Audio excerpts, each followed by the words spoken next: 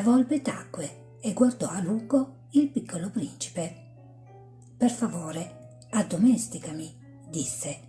«Volentieri», rispose il piccolo principe, «ma non ho molto tempo. Ho da scoprire degli amici e da conoscere molte cose». «Non si conoscono che le cose che si addomesticano», disse la volpe. «Gli uomini non hanno più tempo per conoscere nulla.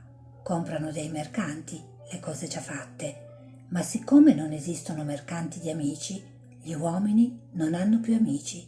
Se tu vuoi un amico, addomesticami». «Che bisogna fare?» domandò il piccolo principe. «Bisogna essere molto pazienti», rispose la volpe.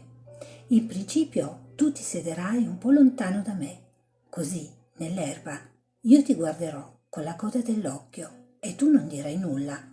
Le parole sono una fonte di malintesi, ma ogni giorno tu potrai sederti un po' più vicino». Il piccolo principe ritornò l'indomani. «Sarebbe stato meglio ritornare alla stessa ora», disse la volpe. «Se tu vieni, per esempio, tutti i pomeriggi alle 4, dalle 3 io comincerò ad essere felice. Col passare dell'ora aumenterà la mia felicità. Quando saranno le 4 incomincerò ad agitarmi e ad inquietarmi. Scoprirò il prezzo della felicità. Ma se tu vieni, non si sa quando, io non saprò mai a che ora prepararmi il cuore. Ci vogliono i riti». «Che cos'è un rito?» disse il piccolo principe. «Anche questa è una cosa da tempo dimenticata», disse la volpe. «È quello che fa un giorno diverso dagli altri giorni, un'ora dalle altre ore. C'è un rito, per esempio, presso i miei cacciatori.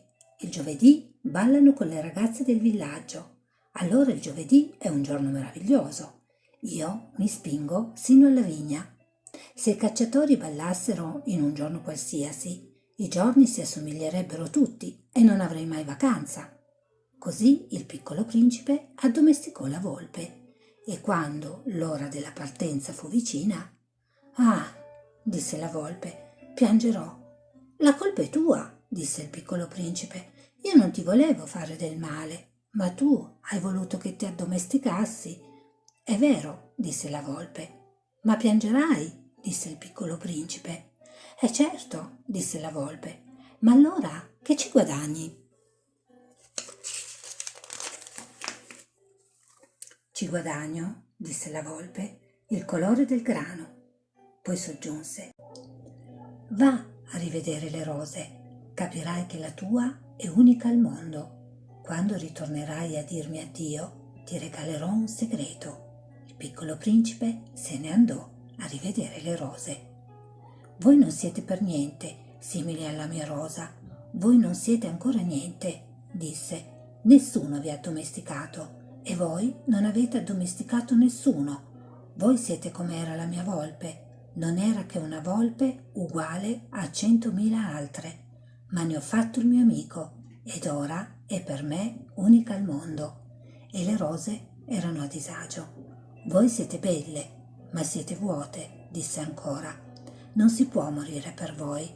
Certamente un qualsiasi passante crederebbe che la mia rosa vi rassomigli, ma lei sola è più importante di tutte voi, perché è lei che ho innaffiata, perché è lei che ho messa sotto la campana di vetro, perché è lei che ho riparata col paravento, perché su di lei ho ucciso i bruchi, salvo 2 o 3 per le farfalle, perché è lei che ho ascoltato lamentarsi o vantarsi, o anche qualche volta tacere, perché è la mia rosa».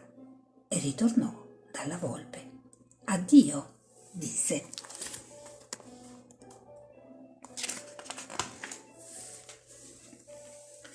«Addio», disse la volpe. «Ecco il mio segreto, è molto semplice. Non si vede bene che col cuore. L'essenziale è invisibile agli occhi. L'essenziale è invisibile agli occhi», ripeté il piccolo principe per ricordarselo.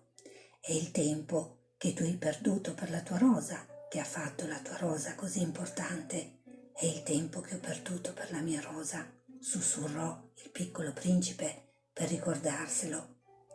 «Gli uomini hanno dimenticato questa verità, ma tu non la devi dimenticare. Tu diventi responsabile per sempre di quello che hai addomesticato. Tu sei responsabile della tua rosa. Io sono responsabile della mia rosa, ripeté il piccolo principe per ricordarselo.